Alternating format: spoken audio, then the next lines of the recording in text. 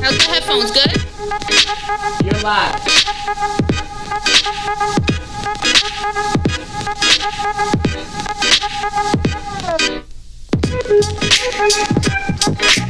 Hey, what's going on? What is going on? Hey.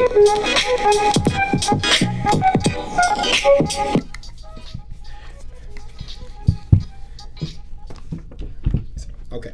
Hey, what's going on? What's in it for the Black People Radio? What's in it for the Black People Radio presents Trigger with Instructor Mike. Trigger with Instructor Mike. All right. Still here. Take his music down. She's gonna fade it out. We've already started. All right. What's in it for the Black People Radio presents Instructor Mike. Trigger with Instructor Mike. I am your host, Instructor Mike. Well, we're back and under not the best circumstances. Unfortunately, we have plenty to talk about today. We are going to focus on the situation unfolding right now in Kenosha, Wisconsin. That's one of the situations we're going to talk about. Unfortunately, I'm just going to dive right into it. But don't forget, make sure that you hit the stars. Make sure that you hit the stars on this Maze Jackson page. Make sure that you support some of the great content that's coming out of What's in It for the Black People Radio with I Said What I Said and the Maze Jackson morning show. Make sure that you support it and make sure that you hit the like, hit the subscribe button, hit the stars, things like that. All right, let's just dive right into it. Unfortunate circumstance involving Jacob Blake and being in the situation with the Kenosha, Wisconsin Police Department. I'm gonna want to hear your comments in terms of what you think about the situation. We gotta have an honest discussion. We gotta have an honest discussion regarding these situations because they keep happening. And some of you who follow me already, you probably are already of the opinion, we know what Mike's going to say. He's going to say it's justified. You know, I'm just going to address the elephant in the room. You already think that I think it's justified. We don't even really know the circumstances involving everything in this situation. We just know little tidbits of what's being said. So, some of you all have seen the video. And the video starts out with it's apparently that they're outside. It was said that the police were called to a domestic disturbance. What's not known is who made the call to the police. Okay.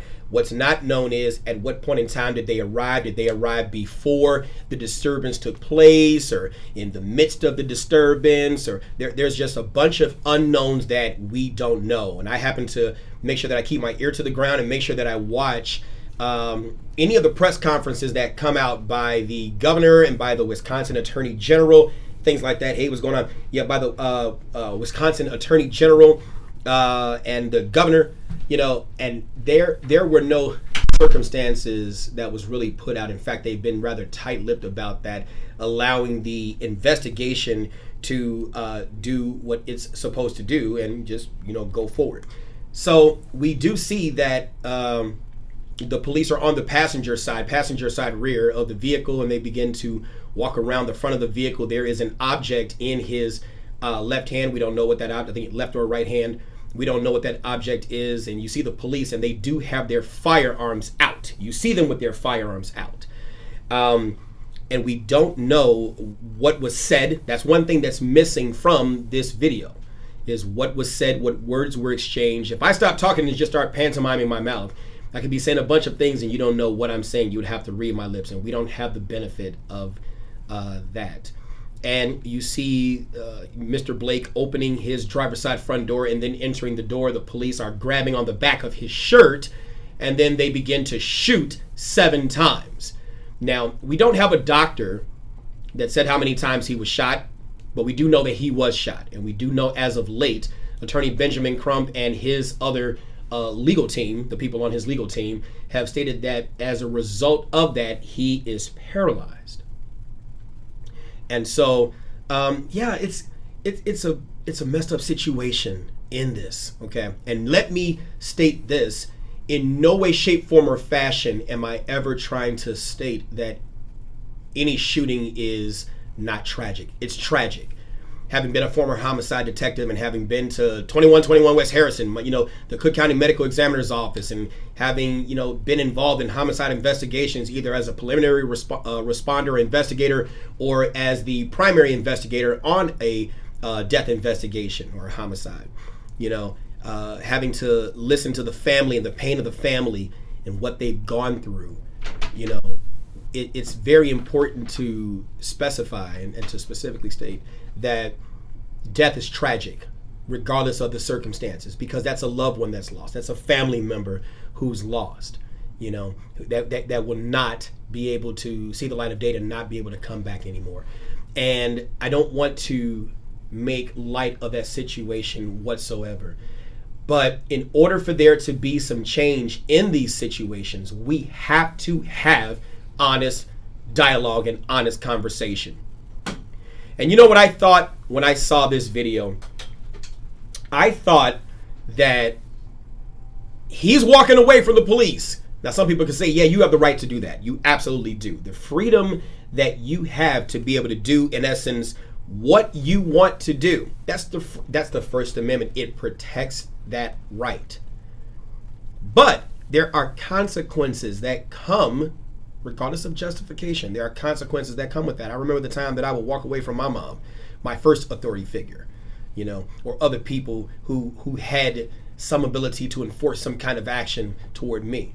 And when I walked away, those consequences were rather dastardly. Those consequences were bad for me by walking away. And I had the freedom to walk away, but the consequences were the result. And so I just don't get why there is a lack, in essence, of not waiting until the investigation comes out. It's so easy to act on the pain that the family feels, and by right they feel that pain. I remember a video, and we're going to end up playing that clip a little bit later on in the program. I remember a video about a prominent activist who was put in police training, and he said it best. And we're going to play that video after the break. But I want to play this video. Now, those of you all who know me, things like that, I teach concealed carry. I do a lot of concealed carry classes, and, former adjunct professor. I taught criminal justice in the colleges and, master degreed and all that stuff. And I'm bringing all this education and experience to our neighborhoods because that's what we need. That's the one thing that I know that combats what you don't know is education and an experience. And I don't want to just tell it to you. I actually want to show you. I want to show you, and I want to make you feel it. Here is a clip where I'm actually teaching a class. Let's just watch, and then we'll comment and just talk about that after. Here we go.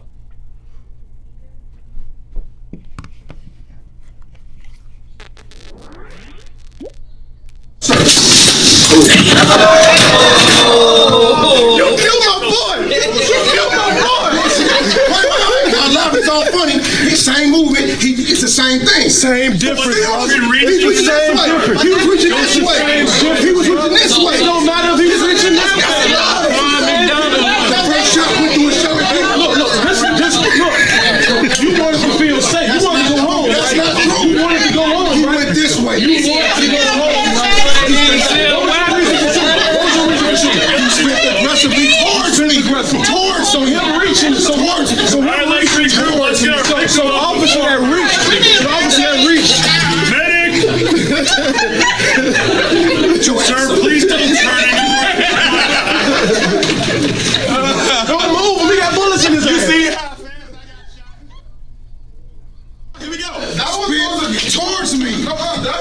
He spin towards me. Yeah, he just concentrated the shit out of himself. He spin. I got shot good, didn't I? He hit your ass up.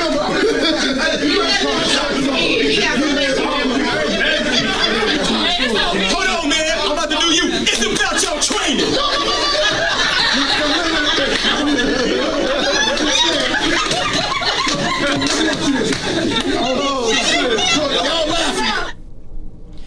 Now, I am looking at some of the comments in that particular when that video is playing, and yeah, I'm looking at the comments in the video and stuff like that when it's playing, and I would just want to respond to one comment. King Mufasa Red on Facebook puts a comment up here saying the police are not the mom of the victim. The police don't have the right to be judge, jury, or executioner. No investigation is necessary to determine if this person was shot 7 times in the back by the officers who weren't threatened and could have tased him. All officers need to be charged and fired. End of story. You know, I totally understand from the perspective of someone who arguably may not have been out there in the streets to actually understand the variabilities of what happens in given situations. We have no information to suggest that they were not threatened because we can't hear the exchange of words that are taking place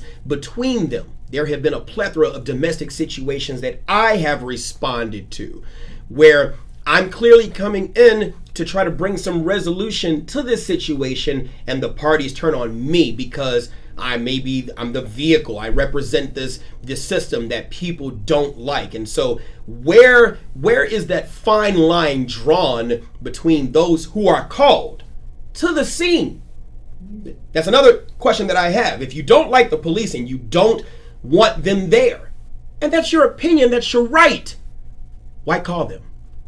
Why call them there? Something caused them to be there. We're going to talk about the video the clip that I just played, because that's the one thing that I like about my training and other people who train in that same manner is exposing people to the very things that may cause them to do what they criticize other people or other police officers about. And I'm not the only one. There's another trainer who done this too, and I'm going to play that clip too. We're going to show that clip, okay? And I get it, King Mufasa Red, that the police are not the judge, they are not the jury, they are not the executioner. But some people just don't understand that there are 5 elements. And when we come back from the break, maybe a little bit later on in the program, we're going to talk about those 5 elements that people need to take into consideration when they encounter law enforcement. We're going to talk about that. This program is going to help you save your life. You don't have to like what you hear, but you do need to learn from what you've heard. You don't have to like what you hear, but you need to learn from what you've heard. I am not here to ear hustle you. I am not here to sit here and stroke your ego. General Colin Powell said it best, and we'll go on the break after this. Avoid having your ego so closely connected to your position that when your position falls, your ego falls with it. And that's what we're seeing here. A lot of people with egos, they're falling when their position falls. You got to separate that. Don't go anywhere. We'll be right back. What's in it for the Black People Media with Triggered. I am your host, instructor Mike Brown. We'll be right back after this.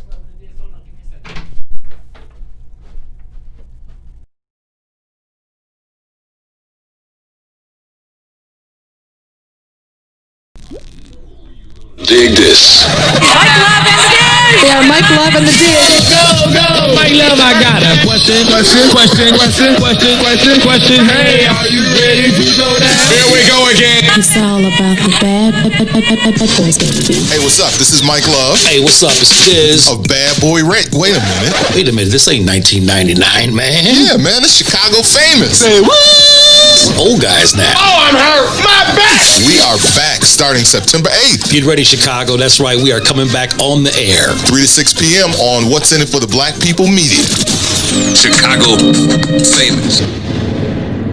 Hi, I'm Dr. Willie Wilson. So many politicians are bought by special interests and major corporations instead of the citizens who elected them. I will not be bought. I will finance my own campaign in good faith to the voters of Illinois and promise to serve with integrity at all times. I'm asking for your support as I run for a U.S. Senator in 2020. Paid for by Willie Wilson for Senate 2020.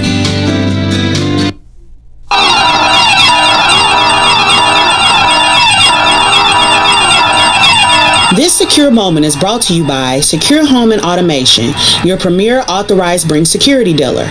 Home invasions occur every 23 seconds, fire every 85 seconds, and medical emergencies occur suddenly. In times like these, get secured home and automation and an affordable wireless home alarm system with professional monitoring. This includes fast emergencies response, free security analysis, free equipment, and free installation. A limited time offer, be proactive. Call today, don't delay. 708-251-5069. That's 708-251-5069. The first 10 callers receive a free camera valued at $250. Call now, 708-251-5069, or visit our website, securehomeandautomation.com. Secure Home and Automation, where your life safety is our priority. It brings authorized dealers, certain restrictions apply.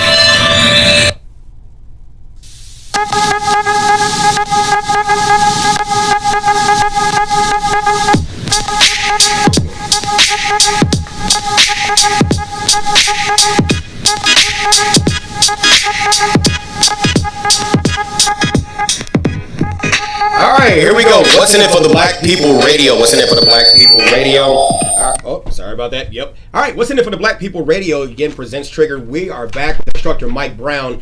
And we are, again, for those of you all who missed it for the first time, we are recapping on the incident that occurred in Kenosha, Wisconsin, where Jacob Blake was shot. And he's still alive, but he was shot by Kenosha, Wisconsin police officers. And so we're again gonna, if we can go ahead and play that clip again, because I do want people to see one of the things that occurs in training. You know, saying something 1,000 times is not the same thing as living it once. Saying it 1,000 times is not the same thing as living it once. And by the way, don't forget to send those stars. Let's go on ahead and support great content for What's in it for the Black People. What's in it for the Black People Media. Don't forget to hit those stars. Those stars are what enable us to be able to have great content on here. I'm sorry. All right, here we go. Okay, got it. All right, yep, we'll do. All right, so let's go on ahead and play that clip. This is, again, a training class that I had, and then we'll discuss that because that is very important. Here we go.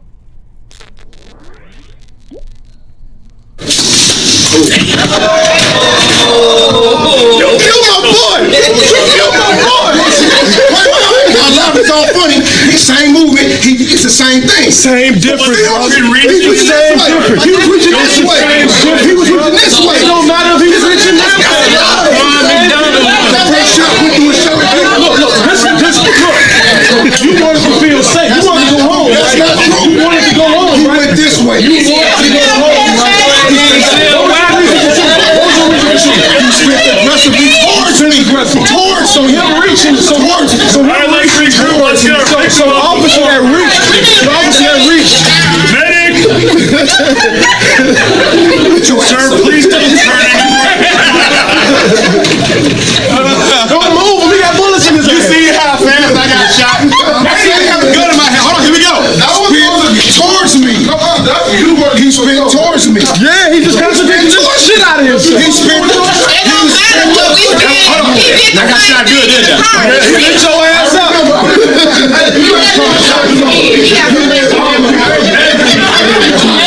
Hold on, man. I'm about to do you. It's about your training.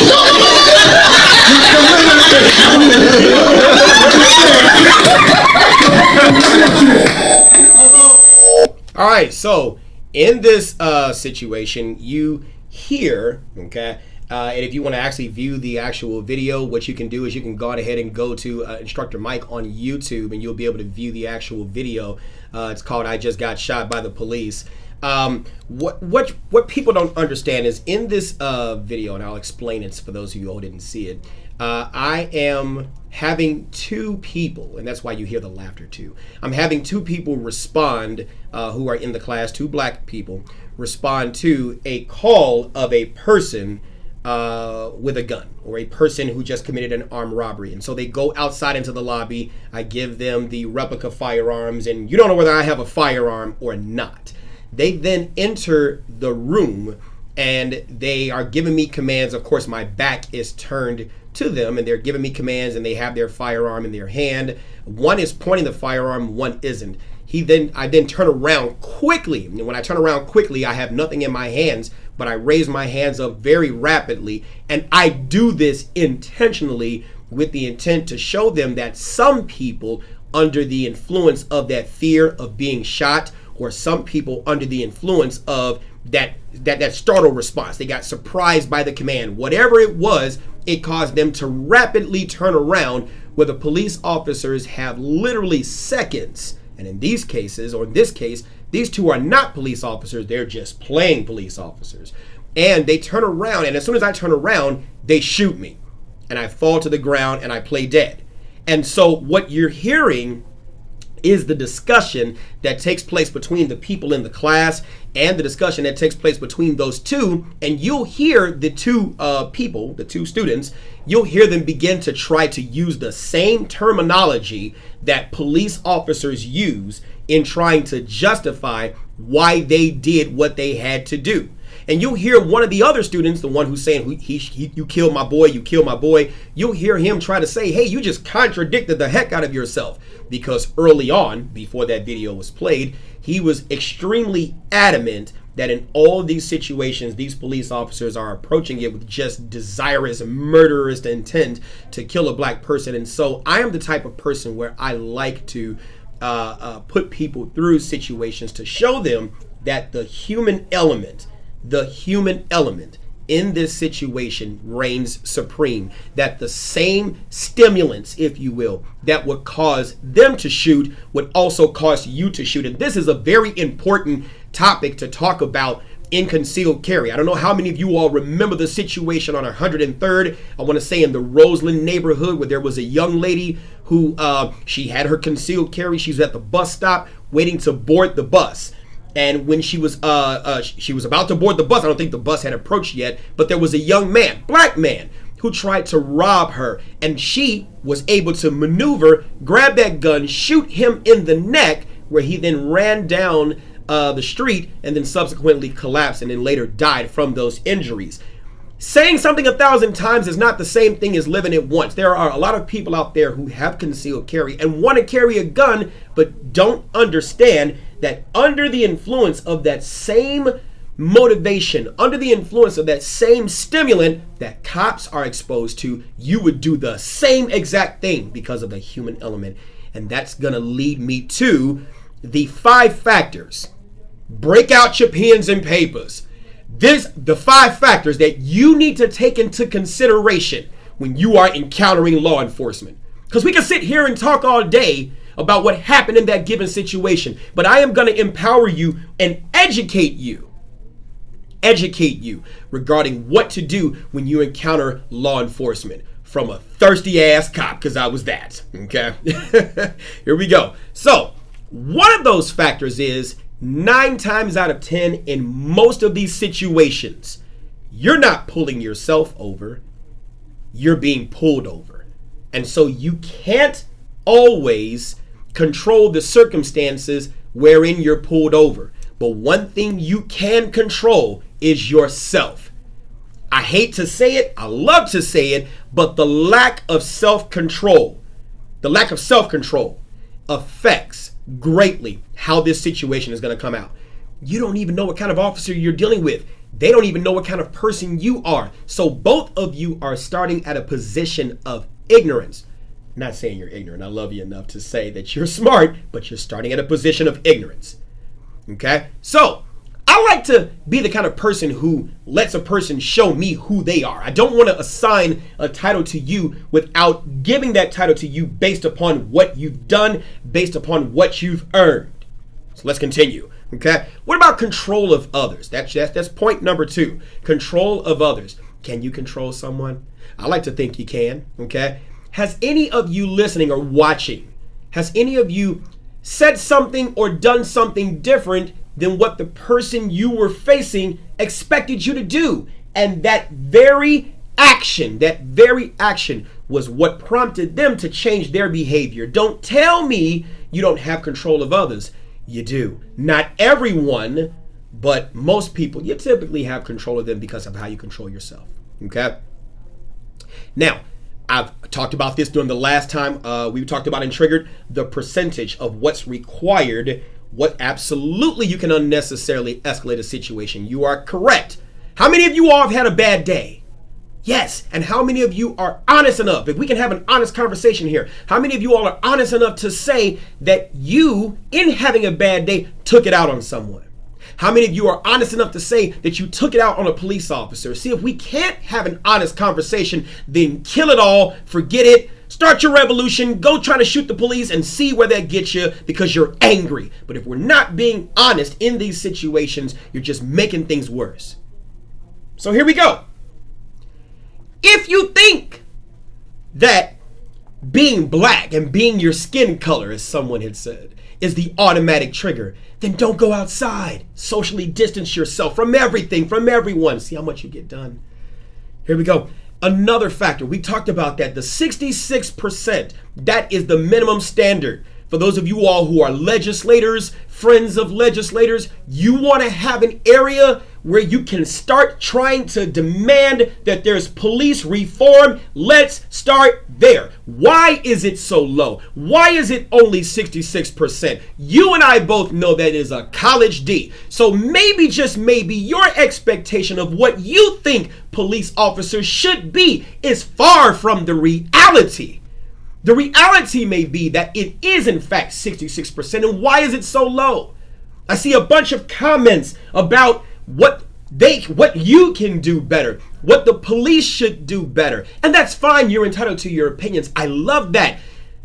But if you don't understand that those of you with those wonderful comments, you're not going to sign up to protect the community.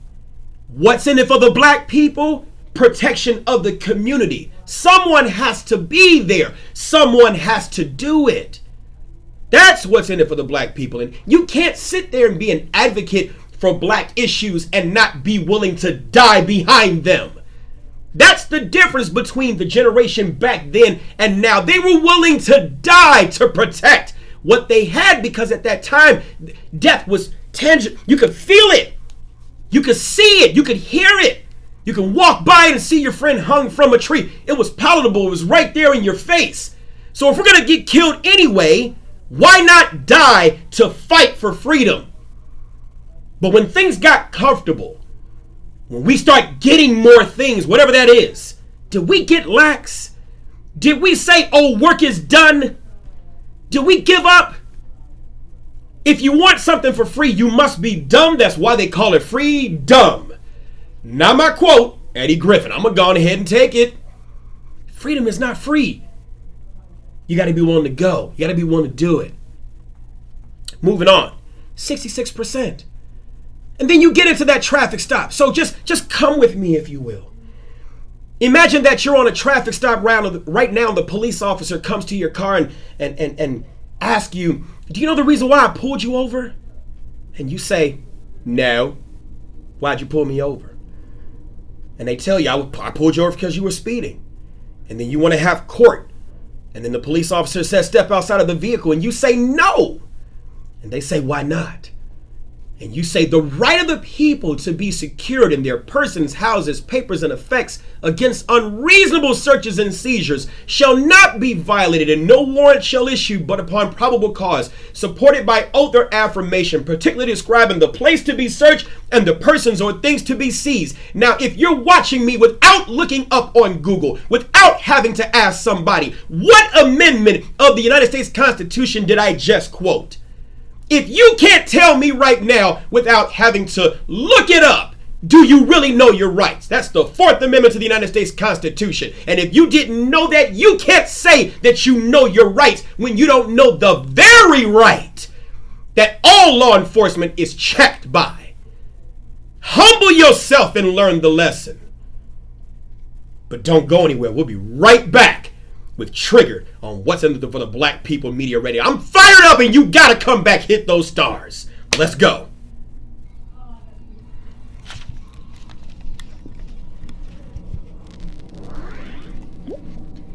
Secure Home and Automation, your premier authorized Bring security dealer. Home invasions occur every 23 seconds, fire every 85 seconds, and medical emergencies occur suddenly. In times like these, get secured home and automation and an affordable wireless home alarm system with professional monitoring.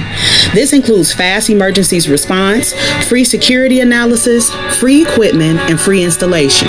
A limited time offer, be proactive. Call today, don't delay. 708-251-5069. That's 708-251-5069. The first 10 callers receive a free camera valued at $250. Call now, 708-251-5069, or visit our website, securehomeandautomation.com. Secure Home and Automation, where your life safety is our priority. It brings authorized dealers, certain restrictions apply.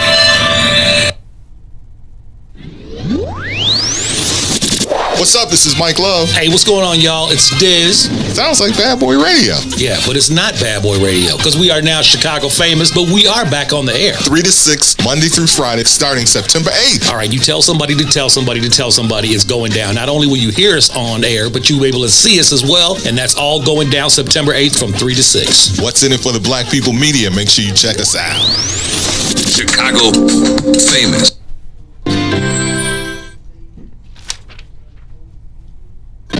Hi, I'm Dr. Willie Wilson. So many politicians are bought by special interests and major corporations instead of the citizens who elected them. I would not be bought. I would finance my own campaign in good faith to the voters of Illinois and promise to serve with integrity at all times. I'm asking for your support as I run for U.S. Senator in 2020. Paid for by Willie Wilson for Senate 2020.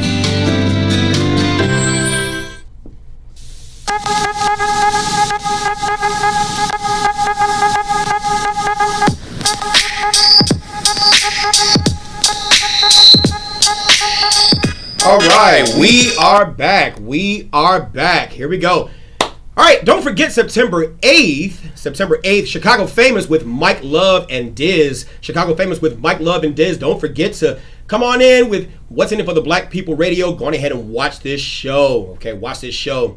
They're Chicago legends. Oh my God, legends in the radio space. If you remember who's this on the birthday line, I remember that. So if you want to have great content again, What's in it for the Black People Media, September 8th, Mike Love and Diz with Chicago Famous. Also, I Said What I Said, the Maze Jackson Morning Show. Look, it's so much great content here. Like this page, subscribe, hit those stars. That star support right there is what supports great content. Even controversial content like Triggered with Instructor Mike. I know I make you mad, I know, but that's the type of stuff that's gonna get you fired up to change. You don't have to like what you hear, but you better learn from what you heard. Let's get back to it. Here we go. So, talked about the Fourth Amendment, right? How many of you have been honest with yourself enough to say, you know what?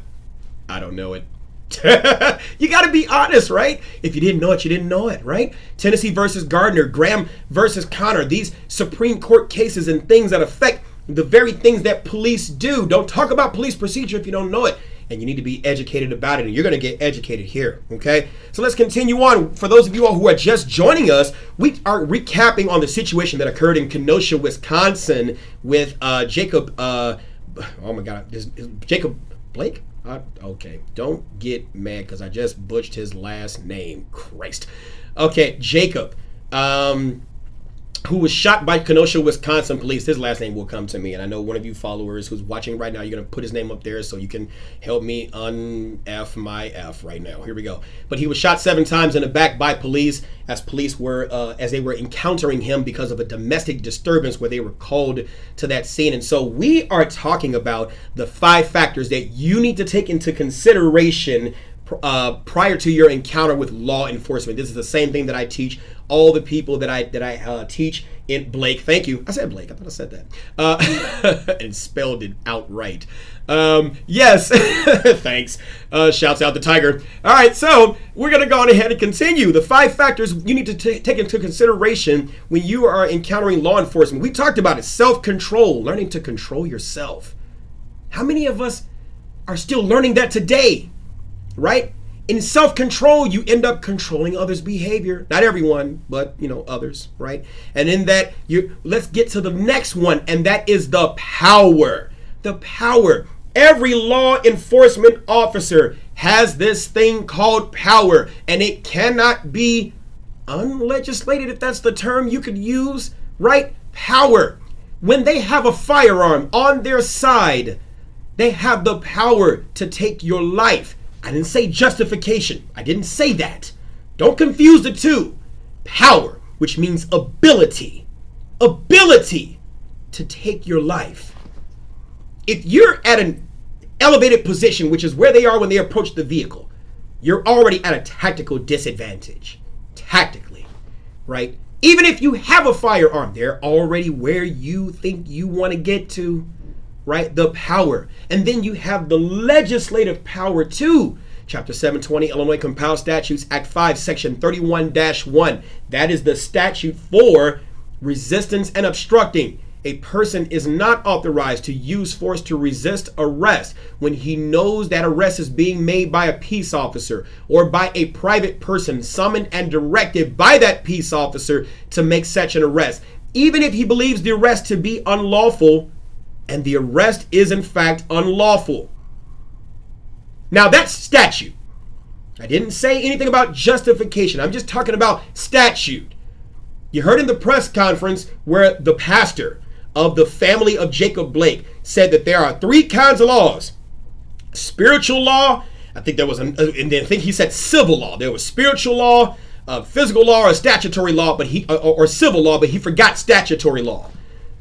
Look, our ancestors fought and died to give us the right of access to education. Do you understand what that means? The right of access to education.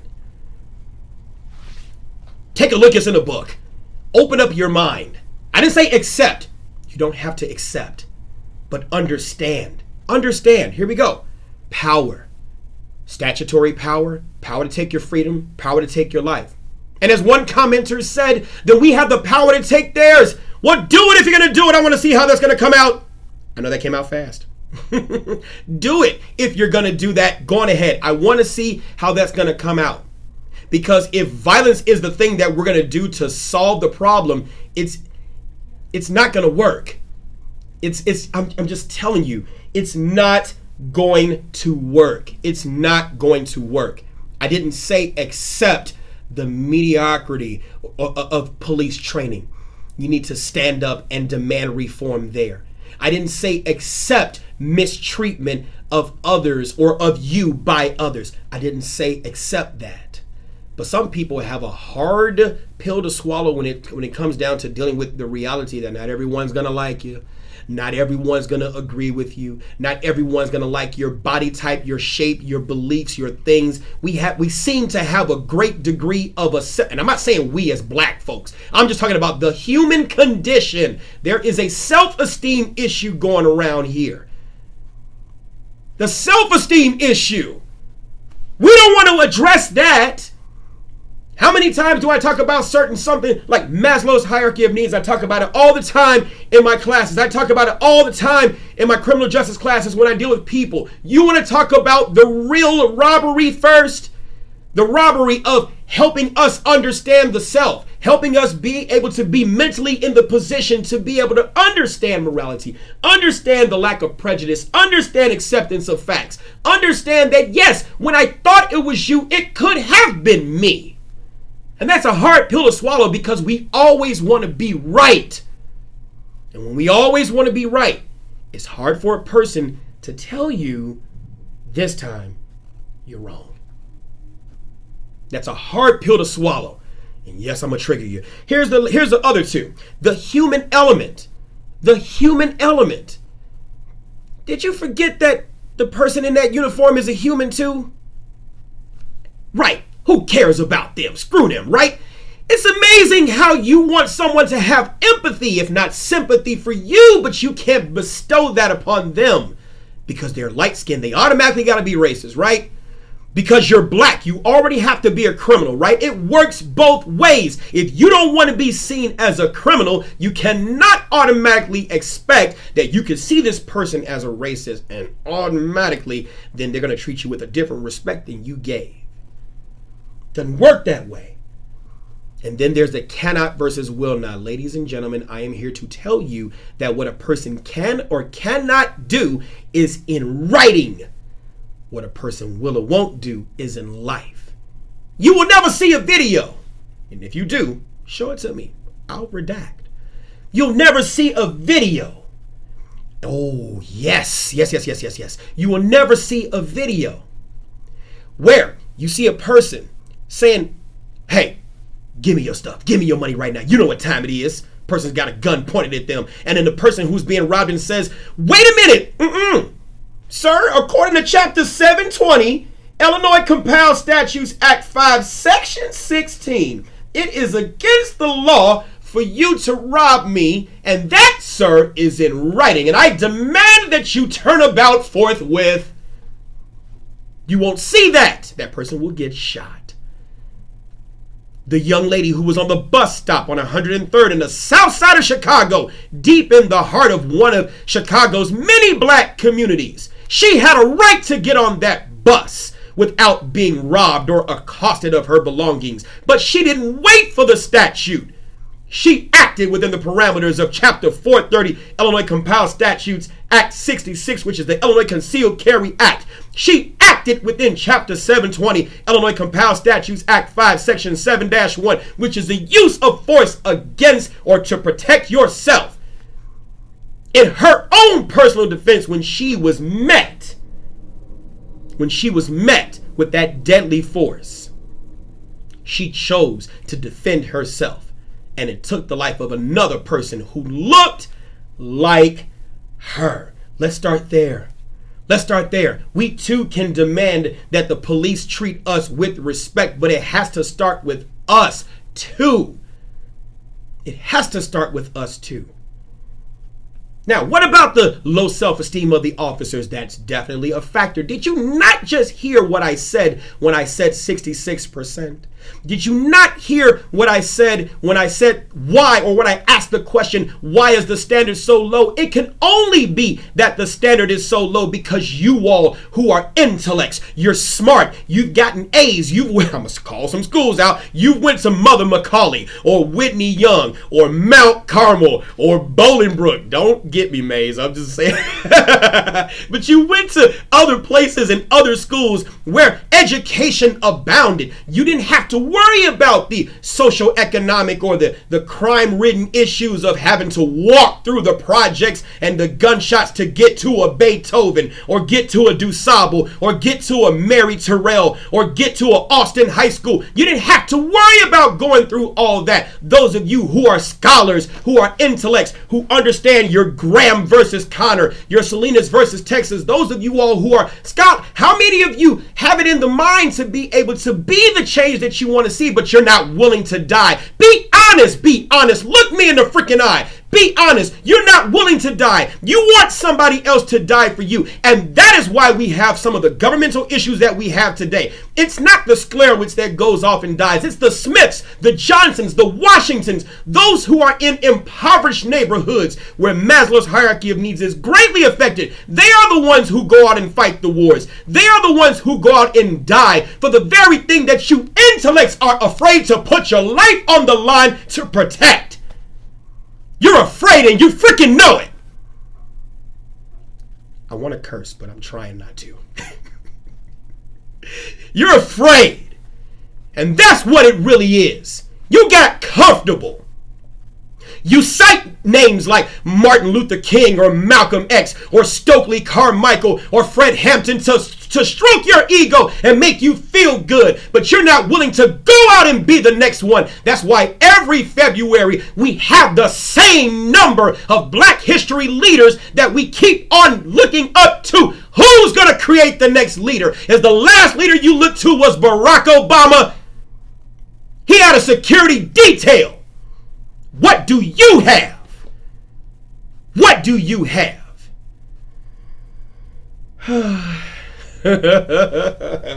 I'm just saying, when you gonna stop being afraid? When you gonna stop being afraid? We want the gangs to get better. We want to create these opportunities and things that make them choose other lives beside the life of crime. But we're not willing to die to go out in the midst of the community to show them a better way. You can't talk about it doesn't start with us. You can't talk about all these other different things that you want to change and not be the change that you wish to see. A great friend of mine said it best. A person persuaded against their will maintains the same opinion still. That's it. That's what it is. And until you have the desire to really want to institute the change that needs to be had, we're going to keep on seeing these situations. I hate to say it, but that's what it is.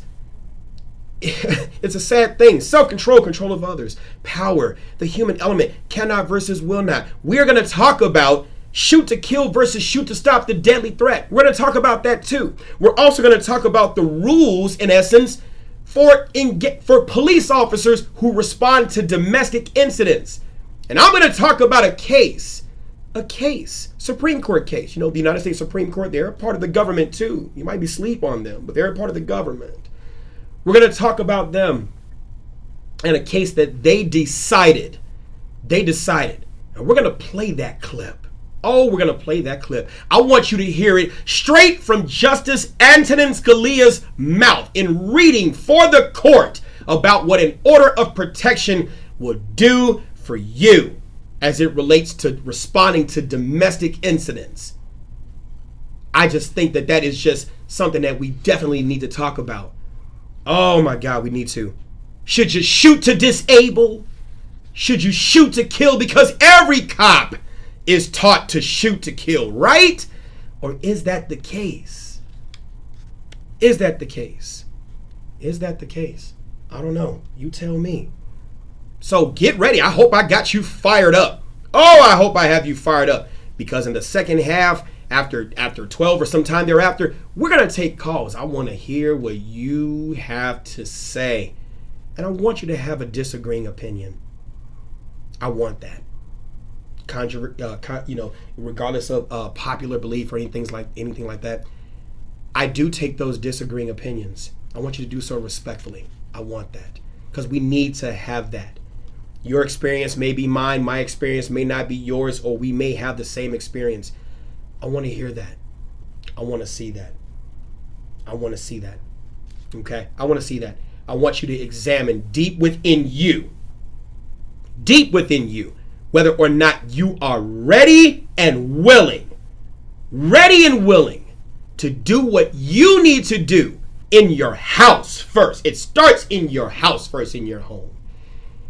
And even from your house in your home, what about the home on the left or the right? Some of you won't even respond to your neighbors when they are dealing with issues. I was on 79th Street just leaving one of my classes.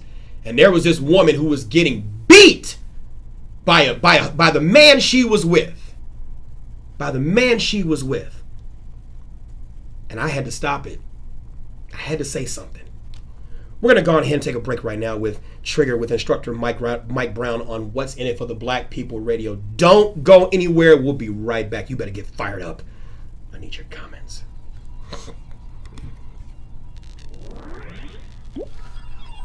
This secure moment is brought to you by Secure Home and Automation, your premier authorized home security dealer. Home invasions occur every 23 seconds, fire every 85 seconds, and medical emergencies occur suddenly. In times like these, get Secured Home and Automation and an affordable wireless home alarm system with professional monitoring. This includes fast emergencies response, free security analysis, free equipment, and free installation. A limited time offer, be proactive. proactive. Call today, don't delay. 708-251-5069. That's 708-251-5069. The first 10 callers receive a free camera valued at $250. Call now, 708-251-5069, or visit our website, securehomeandautomation.com. Secure Home and Automation, where your life safety is our priority. It brings authorized dealers. Certain restrictions apply.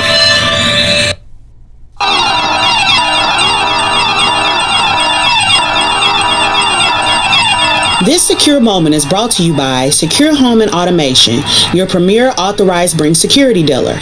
Home invasions occur every 23 seconds, fire every 85 seconds, and medical emergencies occur suddenly. In times like these, get secured home and automation and an affordable wireless home alarm system with professional monitoring. This includes fast emergencies response, free security analysis, free equipment, and free installation. A limited time offer, be proactive. Call today, don't delay. 708-251-5069. That's 708-251-5069. The first 10 callers receive a free camera valued at $250. Call now, 708-251-5069, or visit our website, securehomeandautomation.com. Secure Home and Automation, where your life safety is our priority. It brings authorized dealers. Certain restrictions apply. Hi, I'm Dr. Willie Wilson.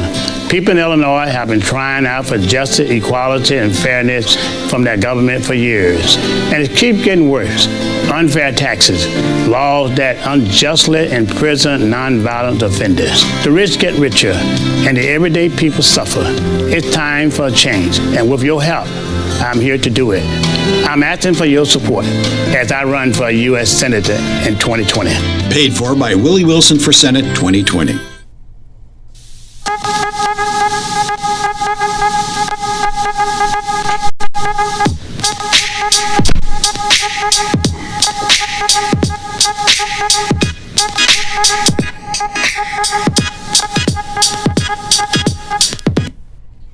All right, we are back. We are back with Instructor Mike and Triggered on What's in It for the Black People Radio. Don't forget, September 8th, Chicago Famous with two Chicago legends, Mike Love and Diz. Mike Love and Diz on Chicago Famous, September 8th. Come on back to What's in It for the Black People Radio on the Maze Jackson page. And don't forget to like great content such as the Maze Jackson Morning Show with the musical conductors Sonia Escobar and Ruthie and Todd. I can't do it like Maze. Todd Stroger. And don't forget other wonderful in programming such as I Said What I Said with Toussaint and Herb. You know, there's a lot of different programming on here. I'm just proud to be a part of the movement. I've been following Maze for quite some time. Great content. Oh, he says what people are afraid to hear too. He triggers people too. It's amazing. All right, so let's continue. Those of you all who are following or are watching this Triggered, we are recapping again on the incident in Kenosha, Wisconsin with Jacob Blake having been shot 7 times, or where the police shot 7 times and they hit Jacob Blake in Kenosha, Wisconsin. This was, I think, either yesterday or a couple of days ago. He did not die. He is still alive, but he is in a critical condition in the hospital. And the authorities have not released any information about the specifics. So there's a lot of statements in terms of what happened, and it was a domestic disturbance and who did what and where was their weapon, if it was recovered. No one released any official information. So all of this information is purely speculative, okay? Which means that people entitled to their opinions and expressing their First Amendment right to voice their opinions on what they see, they are putting in information that hasn't even been released. And quite frankly, I don't even think that if the information was released, it would be believed. That's another aspect of it too. And I'm just upset, very upset at Kenosha, Wisconsin's department, the government, for not having, do you know they don't have body cameras yet? If that's something that doesn't upset you, residents of Kenosha, if you're even watching, if that's something that doesn't upset you, how do you not have body cameras? I can tell you, having been in police departments in impoverished areas, right, where there really wasn't the money for a body camera program, and this was before body cameras became the norm. You know, you had departments that had those cameras, but it wasn't a lot of them. And then when body cameras became the norm, I had body cameras, glasses, cameras, all kinds of stuff. I was used to getting complained on because I was a thirsty cop pulling folks over. I was looking for guns and drugs. So when looking for guns and drugs en route to or coming back from the commission of a crime, a vehicle is involved. So yes, if you ran that stop sign, 11-1204B, I'm pulling you down. If you don't have that seatbelt on, yes, that's 12-6031, I'm pulling you down. If you're speeding, I'm pulling you down. Whether or not you got a ticket depended upon how you acted in the traffic stop. And of course, I expected you to assume that I was, lying or whatever the case may be. So I love body cameras because when you're used to getting complained on, you want to prove that you're not out here violating people's rights. You're not out here violating people's rights. You're just doing your job. Yeah, you might have said a couple of fuck words here. You might have said that, but within the context of what happened, that's communication, albeit unprofessional. But you didn't violate anyone's rights, right? So I love body cameras, but I'm pissed that they don't have body cameras because we don't know the circumstance of what took place. And I'm going to ask you this question in terms of cameras, and I really want you to take into consideration, just ponder on this question. And it's the same question I asked in the Mike Brown situation. The situation that I asked in the Mike Brown situation in Ferguson, Missouri, some maybe 4.5 years ago. We live in a society right now where all of us, if not the vast majority of us, have phones that have within those phones have cameras, right? And so here's a question that I have. In every incident, almost, when the police arrive on scene, there is no shortage of people ready and willing to record the police. For whatever the reason may be, I leave that to you. No shortage of people willing to record the police. So in this alleged domestic disturbance situation that took place in this neighborhood, and we are going to assume for the sake of argument that it's the black community. Kenosha, Wisconsin's police cars are black and white. When you see the ops on the block, why did no one take out their phone and start recording, especially when you see them responding to a situation you know is occurring? You know what's going on the block. Come on now. We may not want to get involved with people's situations, but you hear what's going on the block. You see what's going on. You know your grandma called the police or somebody called the police because you hear the sirens, you hear the screeching tires, you hear the grinding of the engines, you hear that. So where's that video? All of a sudden none of the video cameras work. My phone got shut off. The plan is not attached to the operability of the phone. Where is the video? From start to finish.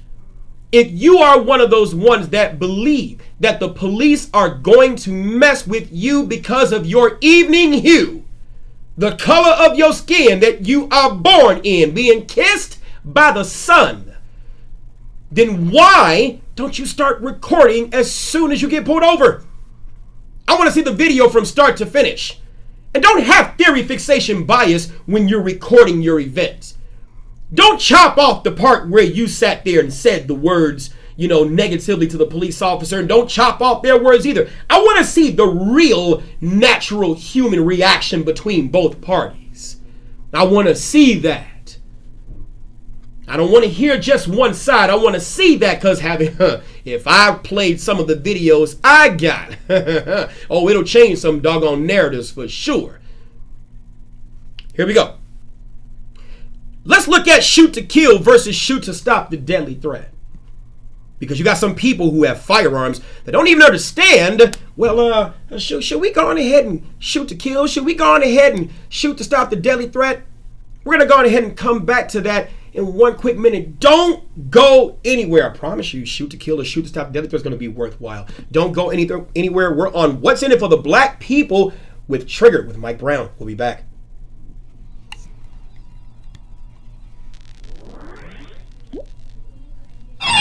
This secure moment is brought to you by Secure Home and Automation, your premier authorized Bring security dealer.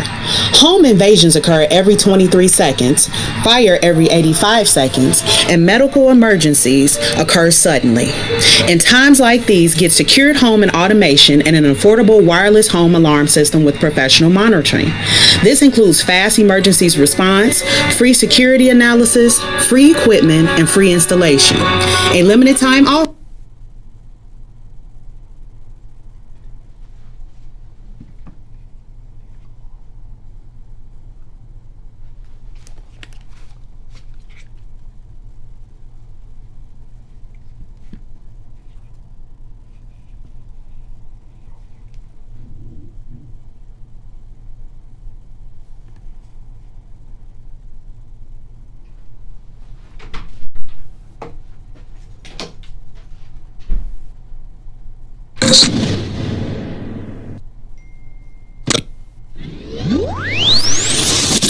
What's up? This is Mike Love. Hey, what's going on, y'all? It's Diz. Sounds like Bad Boy Radio. Yeah, but it's not Bad Boy Radio because we are now Chicago famous, but we are back on the air. 3 to 6, Monday through Friday, starting September 8th. All right, you tell somebody to tell somebody to tell somebody it's going down. Not only will you hear us on air, but you'll be able to see us as well, and that's all going down September 8th from 3 to 6. What's in it for the Black People Media? Make sure you check us out. Chicago famous. The biggest threat to Illinois citizens from Washington is health care costs and policies. Senior citizens have their Social Security reduced from Medicaid, and some of our senior citizens live off $3 a week for food allowance. Working families are facing bankruptcy over policy and limit and cost. Drug prices require decisions between food and Medicaid. I'm Dr. Willie Wilson. Vote for me and send me to Washington. God bless. Paid for by Willie Wilson for Senate 2020.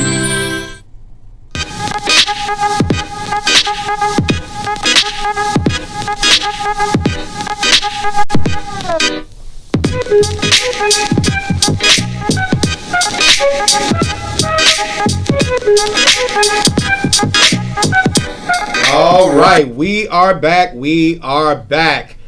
Here we go. We're back with Triggered with What's in It for the Black People Radio Network. What's in It for the Black People Radio Network. And don't forget, September 8th, make sure that you come on in with Mike Love and Diz with Chicago Famous. Mike Love and Diz with Chicago Famous. Two Chicago legends with great content. They're going to add to the already great content for What's in It for the Black People Radio. So don't forget, September 8th, Mike Love and Diz, go on ahead and join us for Chicago Famous. All right, let's go on ahead and dive right back into it. Officers shot Jacob Blake, Kenosha, Wisconsin.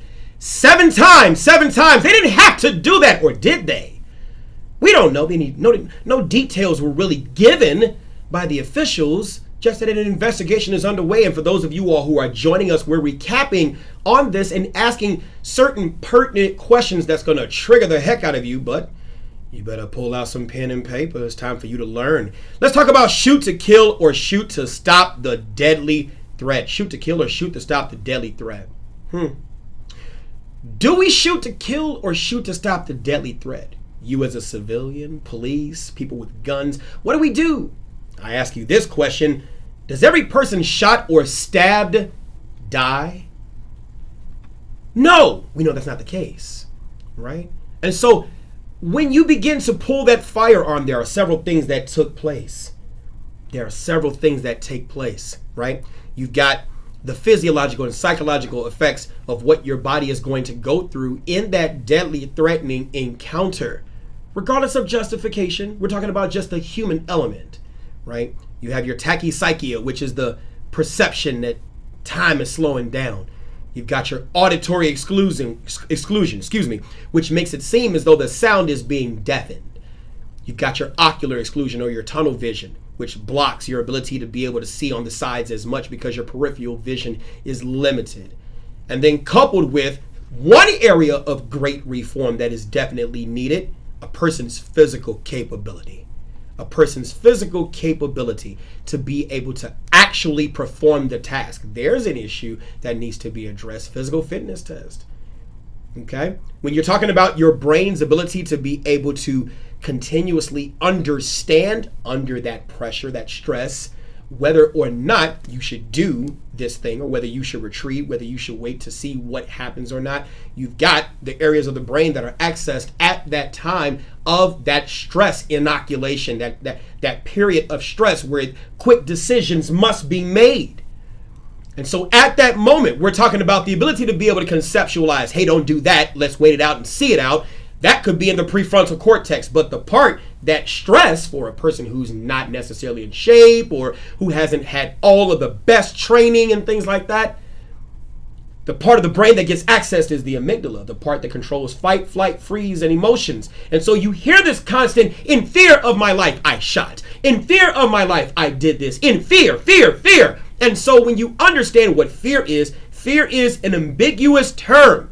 It's an ambiguous term. It depends on the user of that term. What is this fear? What you may be afraid of may be different from what I may be afraid of. For after all, we humans are just the collection of our thoughts, experiences, and education. That's all that we're the collection of. And how many of you can be honest that you haven't experienced some of the things that you are mad about, some of the things that you talk about? Is it really the case that every black person is going to be killed by the police? If that's the case, then I might not want to leave out of the radio station. I might just get killed for going outside. I mean, after all, I'm talking about some stuff that could assist in some of the reforms that need to happen where the real racist within the police department may be in fear of losing their jobs. Because I'm giving you, clues and tips and hints of the things that really need to be reformed. Sure, shut down the doggone Dan Ryan Expressway, because that's going to work. Sure, go on ahead and flood the halls of City Hall and tell Lori Light, yeah, that's going to work, sure. But if you don't know what to say, if you don't know the rules of engagement, then you're just noise. And all we have to do is just get used to you and know that you'll go away someday.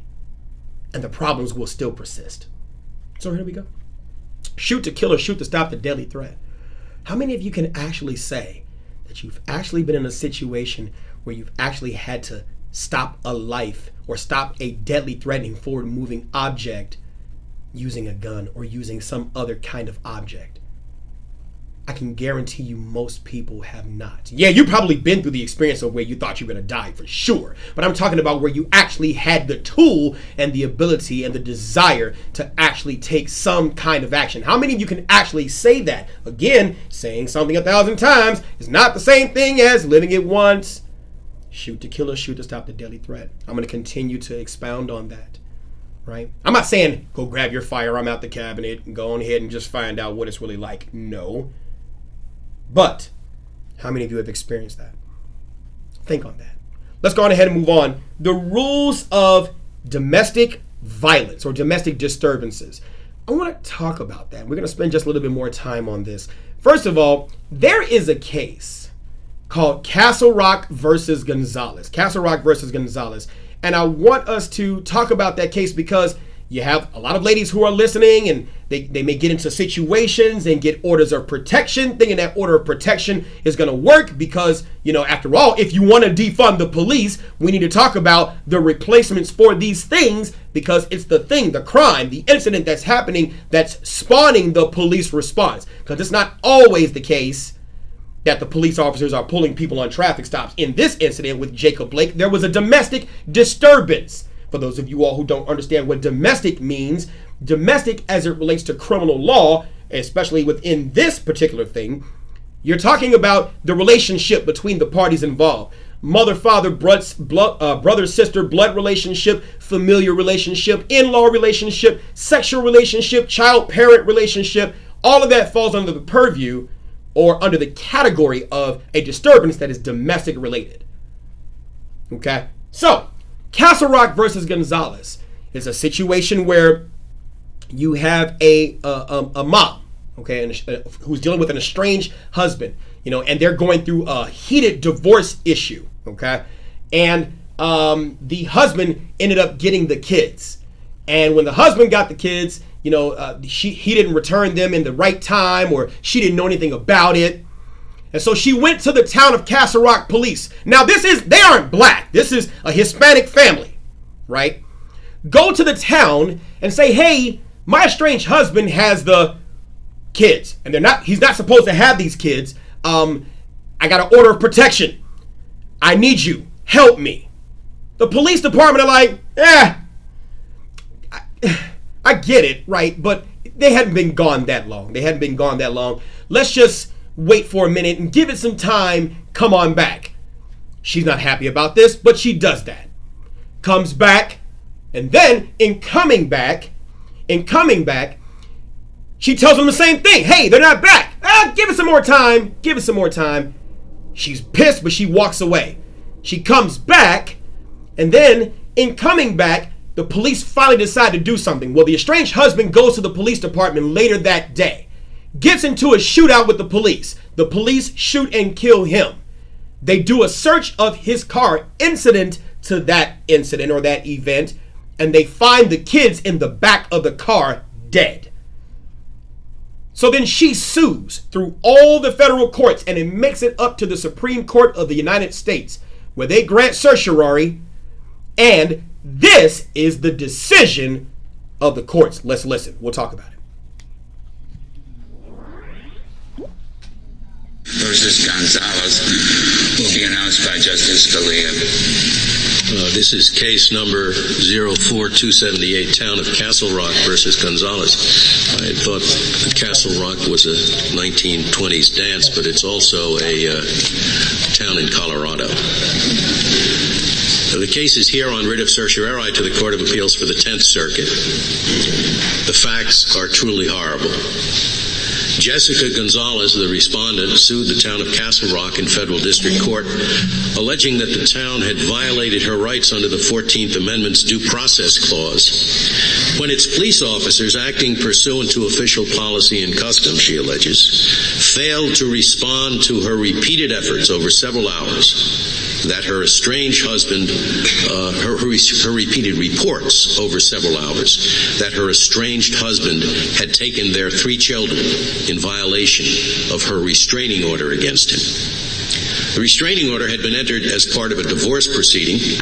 It generally prevented the husband from coming within 100 yards of the family home, and it allowed him only limited contact with the children. The back of the restraining order included a notice for law enforcement personnel which tracked the statute and which said, quote, "You shall use every reasonable means to enforce this restraining order. You shall arrest, or if an arrest would be impractical under the circumstances, seek a warrant for the arrest of the restrained person when you have information amounting to probable cause that the restrained person has violated any provision of this order." Early one evening in 1999, respondent's husband took their children without making the advance arrangements that the order required. Respondent first called the police at about 7:30 that evening. When officers came to her house, she showed them the restraining order and asked them to enforce it and return her children. They told her to call back if the children did not return by 10 p.m. She called again at 8:30 p.m., telling them that she had spoken to her husband, who had the children at an amusement park in Denver. Again, they told her to call if the children were not returned by 10 p.m. Shortly after 10, she called back, but was now told to wait until midnight. She called again at midnight, and again at 12:10 a.m., and then went to the police station to file an incident report at 12:50 a.m. Finally, at 3:20 a.m., her husband showed up at the police station shooting a semi-automatic handgun. The police shot him dead and discovered in his pickup truck the bodies of all 3 children whom he had already murdered. Respondent's lawsuit alleged that she had a property interest protected by the Due Process Clause in the enforcement of the restraining order. The district court concluded otherwise and dismissed the suit. On appeal, however, a 6-5 majority of the in-bank 10th Circuit found that she did have a protected property interest in enforcement of the terms of the restraining order, and that by failing to give serious attention to her request to enforce the order, the police had violated her due process rights. We granted certiorari, and in an opinion filed with the clerk today, we reversed the 10th Circuit. The Due Process Clause says that no person shall be deprived of life, liberty, or property without due process of law. Property for this purpose does not include everything that might be described as a governmental benefit. Our previous cases have explained that an individual must have a, quote, legitimate claim of entitlement, close quote, to the benefit, and that such entitlements are created by some independent source, such as state law. Respondent asks us to defer to the 10th Circuit's conclusion that Colorado law created such an entitlement here. We think that such deference is inappropriate in this case because the 10th Circuit decision did not draw upon any deep well of state-specific expertise, and because if we were simply to accept its conclusion, we would necessarily have to decide conclusively a federal constitutional question. We conclude that Colorado law did not give respondent an entitlement to enforcement of the restraining order. The key question involves the statute that says police, quote, shall arrest, or if an arrest would be impractical under the circumstances, seek a warrant for the arrest, close quote, of somebody they have probable cause to believe has violated a restraining order. There is a well-established tradition of law enforcement discretion, even in the face of apparently mandatory arrest statutes. A Colorado officer would likely have some discretion to determine that the circumstances of a violation or competing duties counsel against enforcement in a particular instance. The practical necessity for discretion is even more apparent when, as in this case, the violator is not present at the scene and his whereabouts are unknown. In such circumstances, the statute does not appear to require officers to arrest, but only to seek a warrant. That, however, would be an entitlement to nothing but procedure, which cannot be the basis for a property interest. The judge would have some discretion in the issuance of the warrant, and the police would have some discretion in the enforcing of it. Even if the statute could be said to make enforcement mandatory for the police, that would not necessarily mean that respondent has an entitlement to enforcement. The statute speaks of protected persons, but only in connection with other matters other than enforcement. In particular, it speaks directly to the protected person's power to, quote, initiate, close quote, civil contempt proceedings, and to, quote, request, close quote, that the prosecutor initiate criminal contempt proceedings. This contrasts tellingly with statutory silence about any power on the part of the protected person to request, much less demand, that an arrest be made. Finally, we note that even if we thought otherwise about Colorado's creation of entitlement, it is not clear that an individual entitlement to enforcement of a restraining order could constitute a property interest for purposes of the Due Process Clause. Such a right would have no ascertainable monetary value and would arise incidentally out of a function that government actors have always performed, namely the function of arresting people who they have probable cause to believe have committed a criminal offense. Accordingly, we reverse the judgment of the Court of Appeals. Justice Souter has filed a concurring opinion, joined by Justice Breyer. Justice Stevens has filed a dissenting opinion, joined by Justice Ginsburg. Yep, I know that was a lot of legalese, a lot of legal terminology, but we are going to go on and take a break, and we will talk about what you just heard and what that even means with this decision, Castle Rock versus Gonzalez, about orders of protection and responding to domestic incidents. Don't go anywhere. We will be right back with What's in It for the Black People Media Radio Network, presenting Triggered. Don't go anywhere. We'll be right back.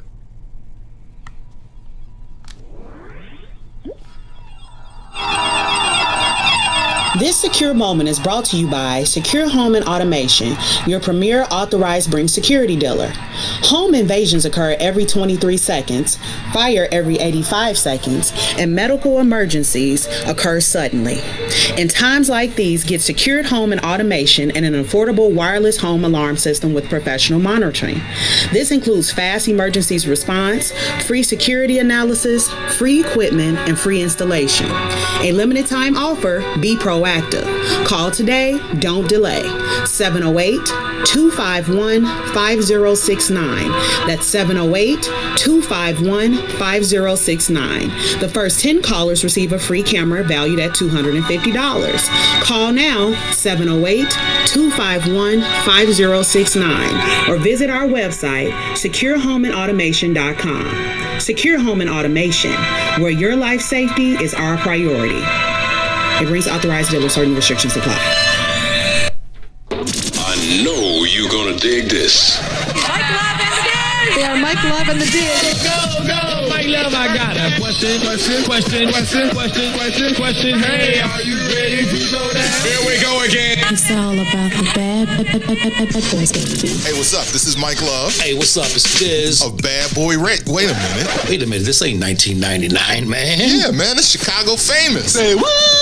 We're old guys now. Oh, I'm hurt. My back. We are back starting September 8th. Get ready, Chicago. That's right. We are coming back on the air. 3 to 6 p.m. on What's in It for the Black People Media. Chicago famous.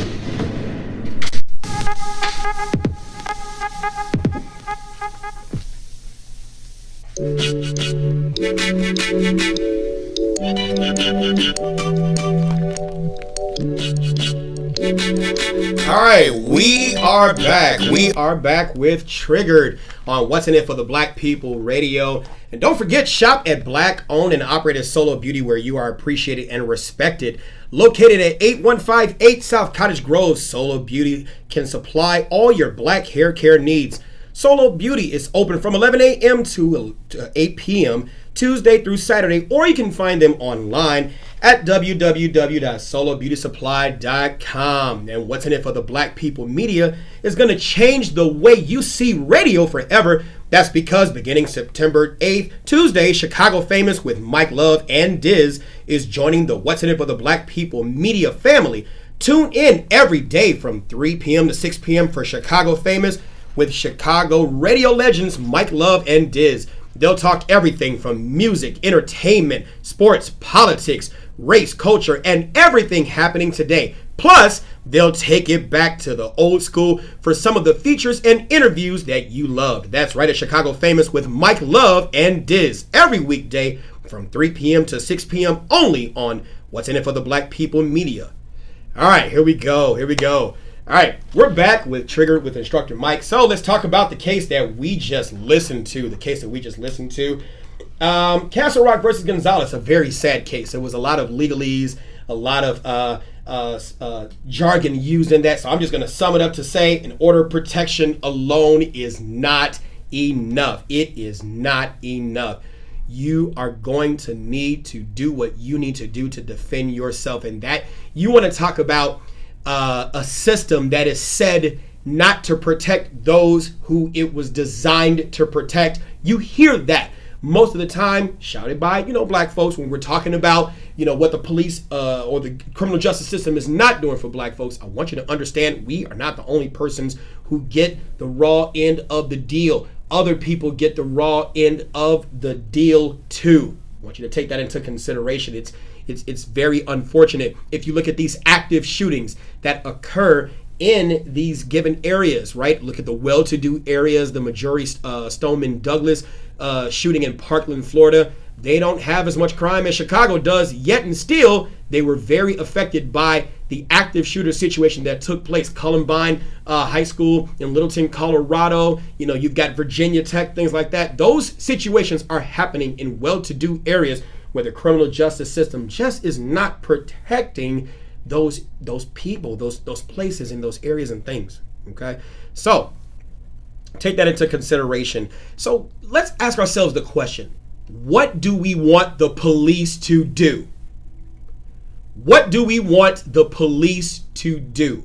Okay, that's the question of the day that we're going to ask for this program today. What do we want the police to do? Right? I'm going to open up the phone line soon. The number is 872-259-7474. 872-259-7474. I want to hear from you. What are your thoughts about what I said today? What do we want the police to do when they respond to our situations, when we call them? right? Even when they pull us over, I know you want to be treated with respect. I know what do we want the police to do? Because soon, remember the human element in all of this. I want to say they're going to stop responding. I don't know. You know, some people are of the opinions that, well, the police officers don't do anything in our community. I don't know if I'm of the opinion that this is actually correct. Ask people who have had their loved ones recovered. Ask people, you know, whose lives have actually been saved because of their presence there. You know, if we're not going to do it, who's going to do it? And if we don't want them to do it, again, who's going to do it? Okay. I want you to understand that police officers are not able to turn away from domestic situations. By law, because of cases like Castle Rock versus Gonzalez, they are going to act. They are going to act. They're going to do something.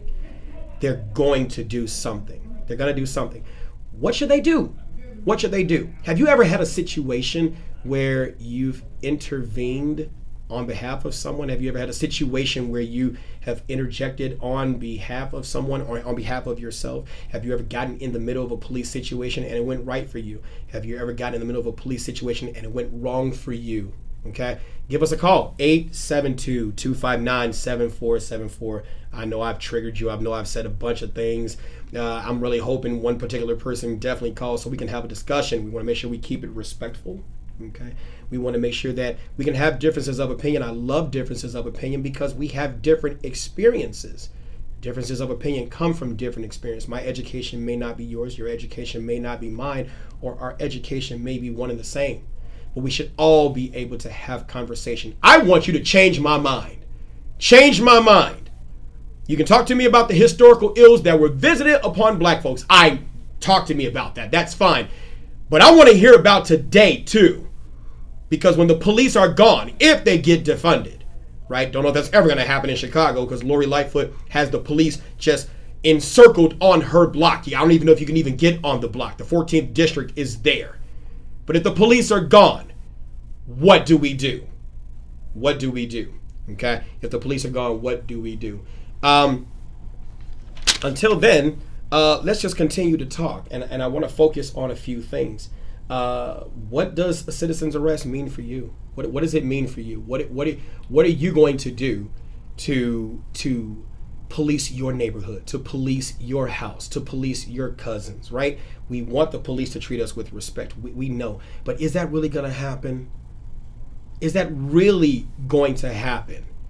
This is not the first time that people in our time have said the things that need to be said toward the police, toward the government. This isn't the first time. It's been said 10 years ago. It's been said 10 years prior to that. It's been said 10 years prior to that, maybe even 100 years prior to that. So if insanity is repeating the same action and expecting a different outcome, what is emotional insanity? Is that better or is that worse? What are we missing here? Or are we missing anything, period? Are we perfect? Are we without blame? It's easy to point that finger at someone else. Inattentional blindness. Trust me, it's easy to point that finger at someone else. What happens when it's us? And I'm going to keep on asking that question because you know what else is in it for the black people? Not lying to ourselves. How many of you all have lied to yourself? How many of you can be honest and say that you've done that? Right? When you said to someone you were okay and you weren't okay, right? When you sat there and lied to yourself knowing doggone well that you know you were speeding, but you weren't, you know, but you just didn't want to get stopped. How many of us can be honest about that? If we're not willing to have an honest conversation, then what's the next alternative? Please, what's the next alternative? I can't sit here and just continue to fall in line with the narrative. My experience, my life experience has not been about the narrative. It has been about what I have seen, what I have experienced, what I have felt. When I went to Beethoven. Those of you all who know about the 4700 block of State Street and Robert Taylor, when I went to Beethoven after the doggone assembly, where I'm getting a bunch of awards and science club and all this other stuff, I knew that I was going to have to doggone run across that field to 4946 South State, apartment 509, so I don't get my butt whooped because I'm actually trying to be smart and actually trying to do something. You know, I didn't know about a white man then. I didn't know about a white officer. My officer was Officer Tony, a black officer out of the 2nd District. He actually really cared. I didn't know about a white man. I wasn't running from the white man. I was running from us. Because you can't be smart in the hood unless you flying the 5 or the 6 or popping with GD or whatever the case. There's a different experience there. I wasn't bullied as a kid. You couldn't catch my ass. But I'm just saying, there's a totally different experience. Why are we not addressing that? Why are we not addressing that? And that's what I want to talk about too. So, come on, call in, okay? 872-259-7474, 872-259-7474. We are going to take your calls when we come right back on What's in It for the Black People Radio Network presents Triggered with Mike Brown. Don't go anywhere, we'll be right back.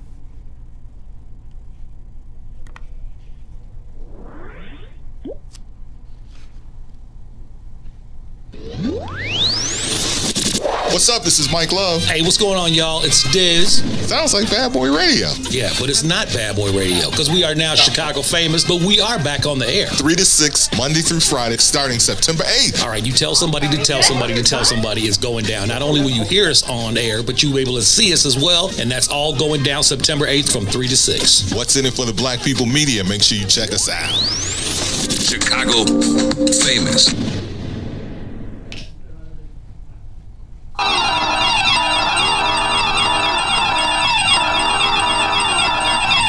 This secure moment is brought to you by Secure Home and Automation, your premier authorized Bring security dealer.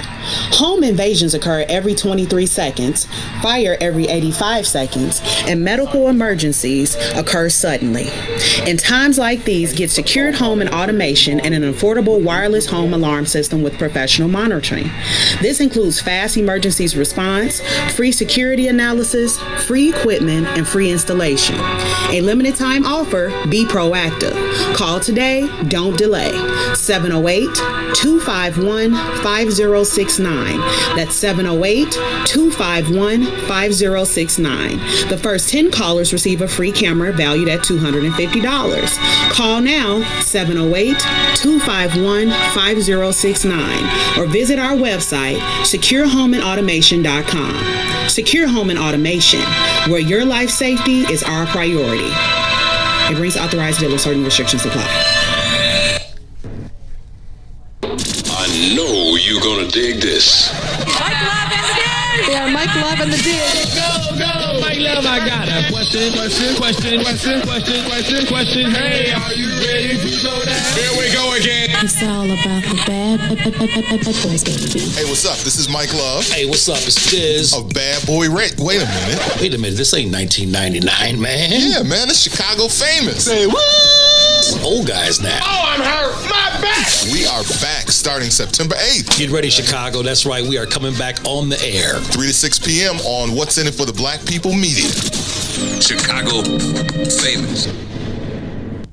The biggest threat to Illinois citizens from Washington is health care costs and policies. Senior citizens have their Social Security reduced from Medicaid, and some of our senior citizens live off $3 a week for food allowance. Working families are facing bankruptcy over policy and limit and cost. Drug prices require decisions between food and Medicaid. I'm Dr. Willie Wilson. Vote for me and send me to Washington. God bless. Paid for by Willie Wilson for Senate 2020.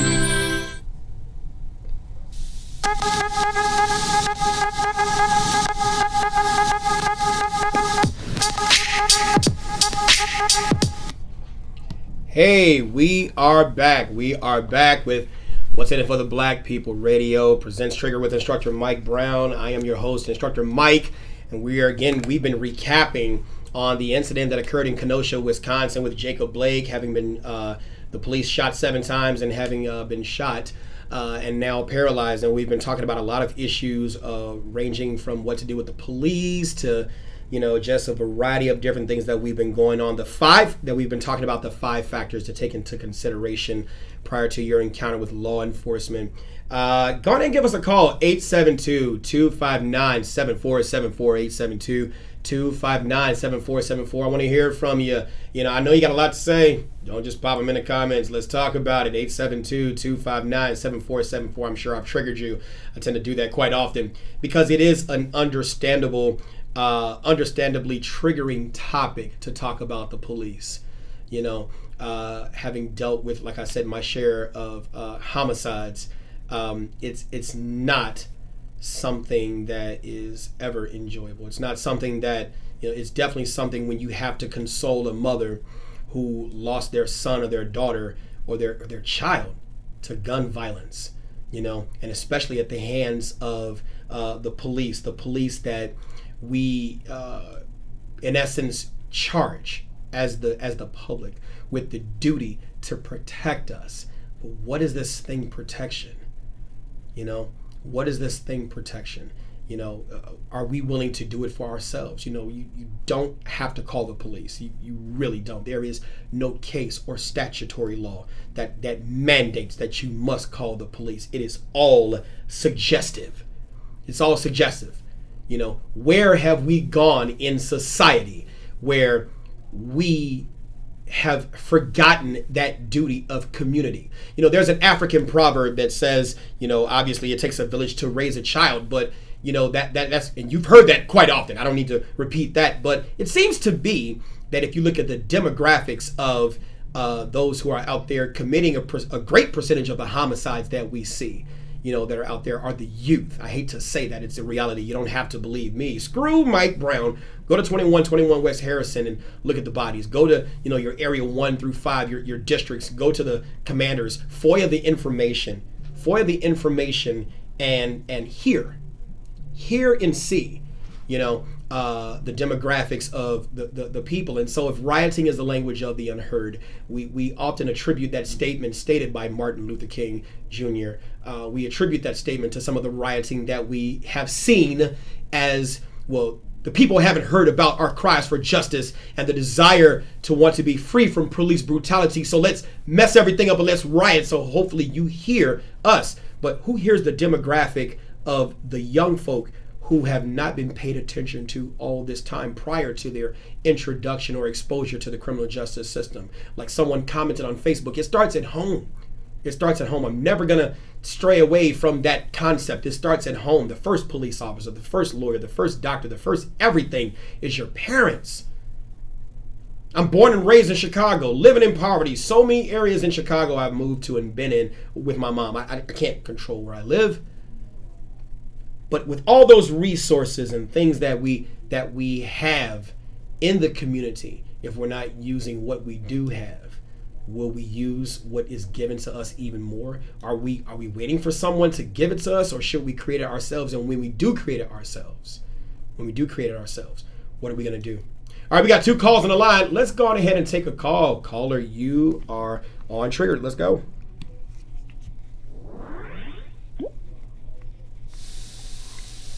All right. Hello? Oh, turn out. There you go. Turn it down. Uh-oh. Yeah, there we go. Wait, nope, there. All right. Caller, you're on the air. How can I help you? Talk to me. Okay, all right. Little technical difficulties right here. Uh-oh, got it. Okay, there we go. Caller, don't go anywhere. We will be right back with the calls. Better still keep going. Okay, still keep going. I want to hear your calls. I want to hear your concerns, things like that. Okay. All right. So where do we go? What do we do? You know, from here, because protection still has to be had. There's all these calls to defund the police. You know, you heard Jamal Green, prominent community activist, stating that he's calling for the actual total defunding of the Chicago Police Department. Whether you agree with it or not is neither here nor there. Okay, but if they get defunded, which I don't think will happen, but if they get defunded, what are we going to do to change and actually be a part of this thing, this protection? Okay. Another African proverb that gets overlooked is a child not embraced by the village will burn it to feel its warmth. I'll rewind that statement because maybe that's escaping some people. A child not embraced by the village, you know, this thing that we keep talking about, community, is going to burn it to feel its warmth. I think that proverb is definitely more appropriate for what we are seeing, because you get people asking questions. Why are you burning stuff down and destroying stuff in your own community? Because a child not embraced by the village that first starts at home and extends out to the area surrounding the home will burn it down to feel its warmth. I didn't say it. The African proverb holds it to be true. Holds it to be true. Okay. So, I don't know. What is the answer? What was the answer for a Robert Yummy Sandifer?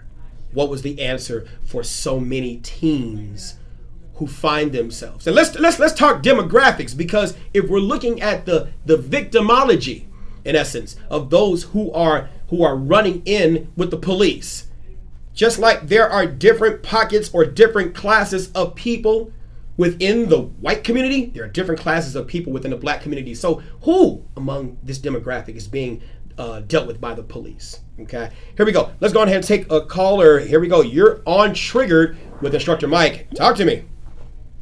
Hey, Mike, how's it going? Hey, what's going on? Listen, man, I totally with what you're saying. I heard Dave say this, and I don't know if Dave heard me say it on another show before, but we need to, number one, police ourselves. We need to, number two, get a hold on this black homicide crime.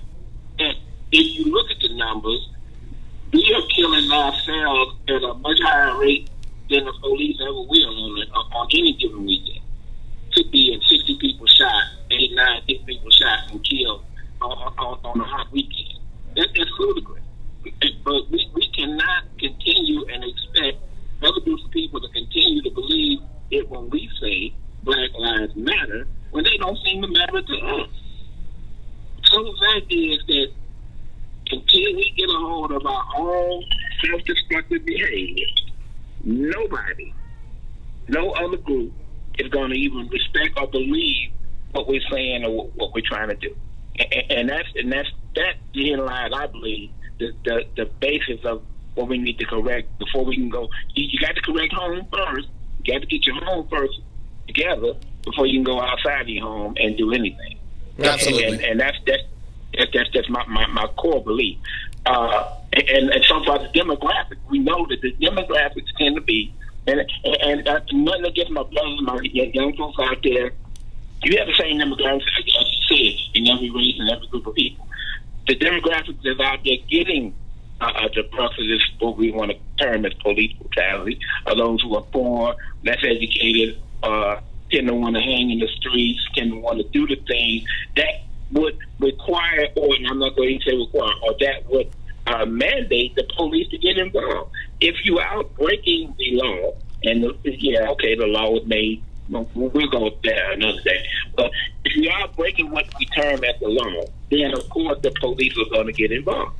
So if you're not breaking the law, there's no need for you to be quote unquote policed because you're not breaking the law. Yep. So all of this, we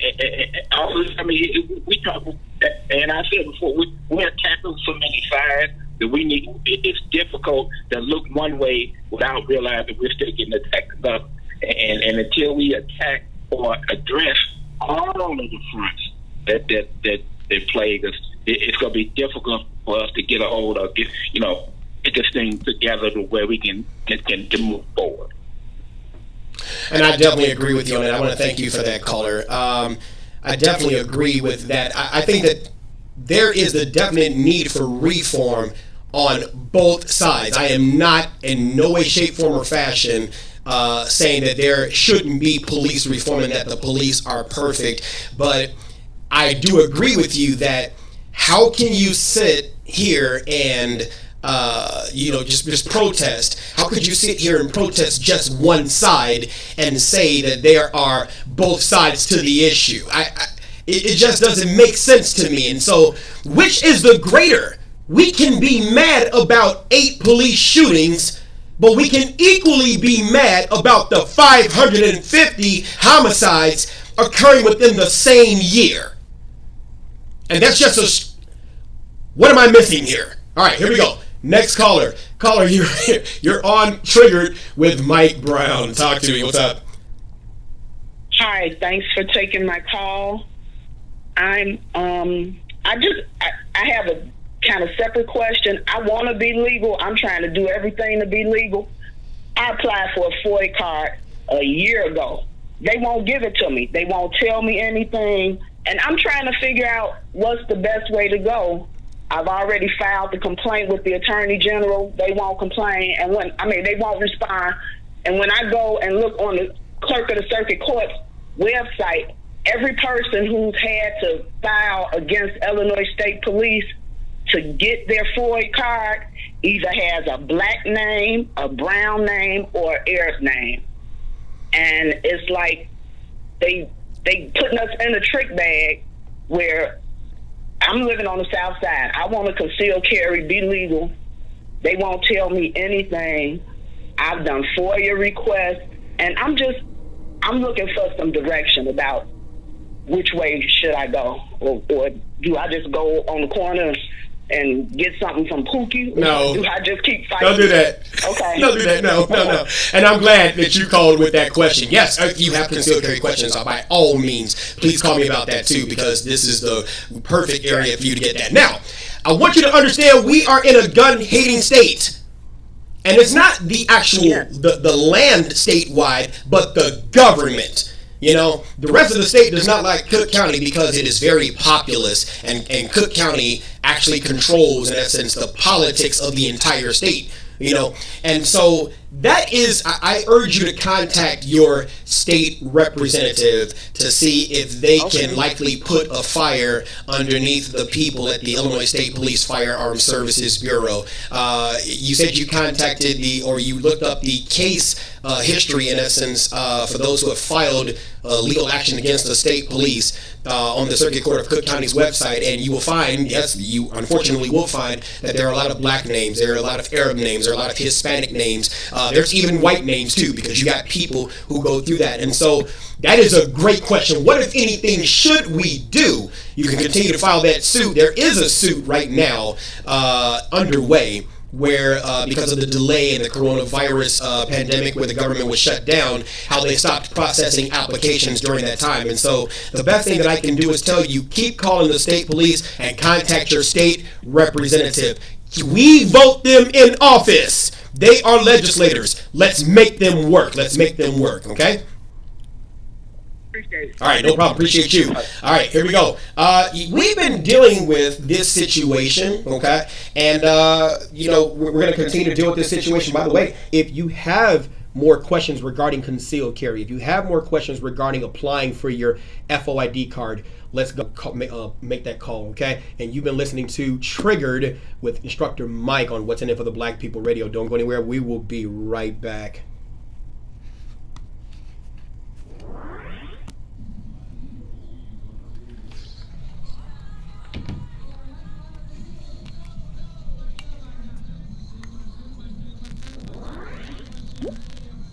Here we go again. It's all about the bad boys, baby. Hey, what's up? This is Mike Love. Hey, what's up? It's Chiz. Of Bad Boy Rick. Wait a minute. This ain't 1999, man. Yeah, man. It's Chicago famous. Say what? Old guys now. Oh, I'm hurt. My back. We are back starting September 8th. Get ready, Chicago. That's right. We are coming back on the air. 3 to 6 p.m. on What's in It for the People Media. Chicago famous.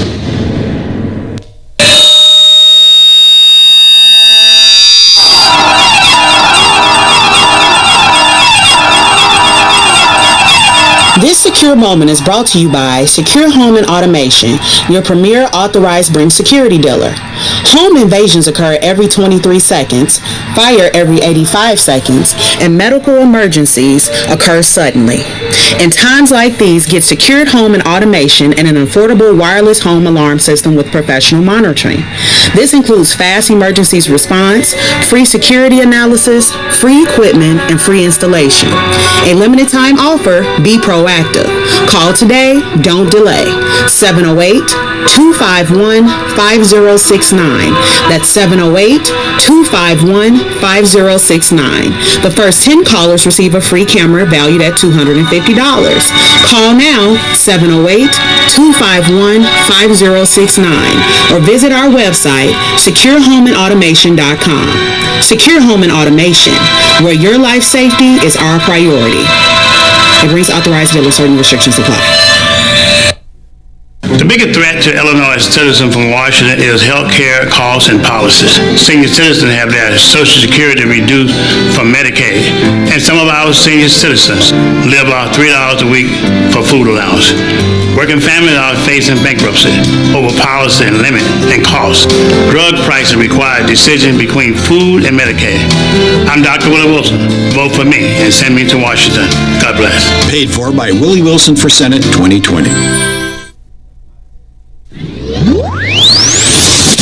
What's up? This is Mike Love. Hey, what's going on, y'all? It's Diz. Sounds like Bad Boy Radio. Yeah, but it's not Bad Boy Radio, because we are now Chicago famous, but we are back on the air. 3 to 6, Monday through Friday, starting September 8th. All right, you tell somebody to tell somebody to tell somebody it's going down. Not only will you hear us on air, but you'll be able to see us as well, and that's all going down September 8th from 3 to 6. What's in it for the Black People Media? Make sure you check us out.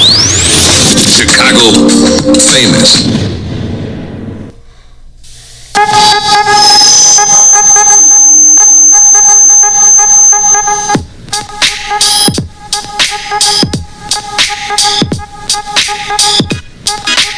Alright, welcome back to Trigger with Instructor Mike. I am your host, Instructor Mike, and we have been talking about the situation in Kenosha, Wisconsin, with the police there dealing with Jacob Blake, and I'm just happy to say it's a great thing that he did survive.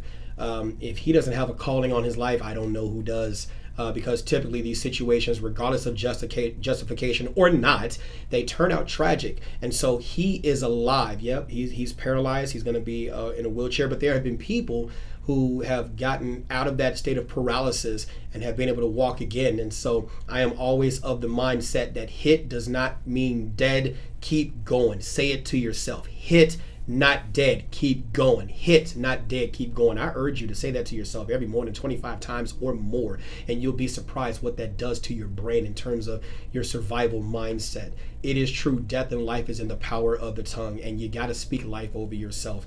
I just want to say that I appreciate the callers who did call in. Don't forget to hit the stars for this and other content. Coming up next, we do have I Said What I Said with Herb and 2. I want to give a shout out to them. They have great content in their show. Also, Chicago Famous with Mike Love and Diz. You know, the Bigs. You got a whole lot of great content on What's in It for the Black People Media Network. So don't forget to subscribe and support this great content. Maze is doing a great job, especially with the Maze Jackson Morning Show. If you have questions regarding the concealed carry process, if you have questions regarding, when I say I've been through everything regarding this process, I've been through everything regarding this process, including board review, dealing with attorneys, dealing with certain things relative to criminal behavior in terms of your background and what you need to do, get expungements and stuff like that. I urge you to go to my YouTube page, Instructor Mike.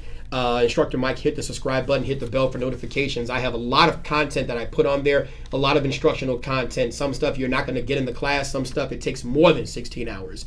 You can also go to my Instagram, Yes Mike Said It, like and subscribe to that as well. I put out a lot of content.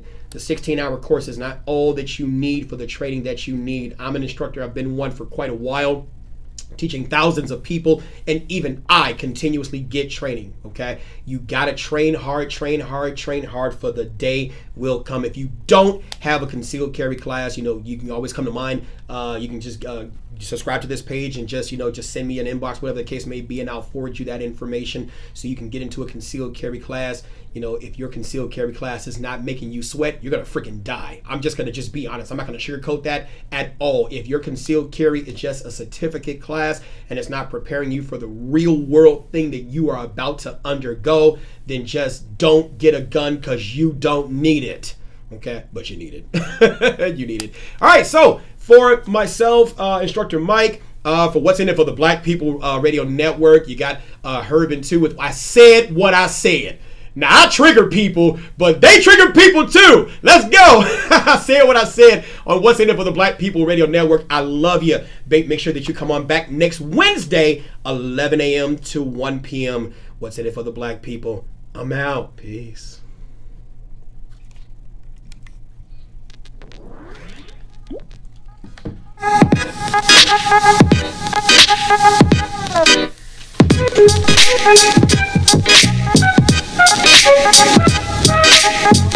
Bye.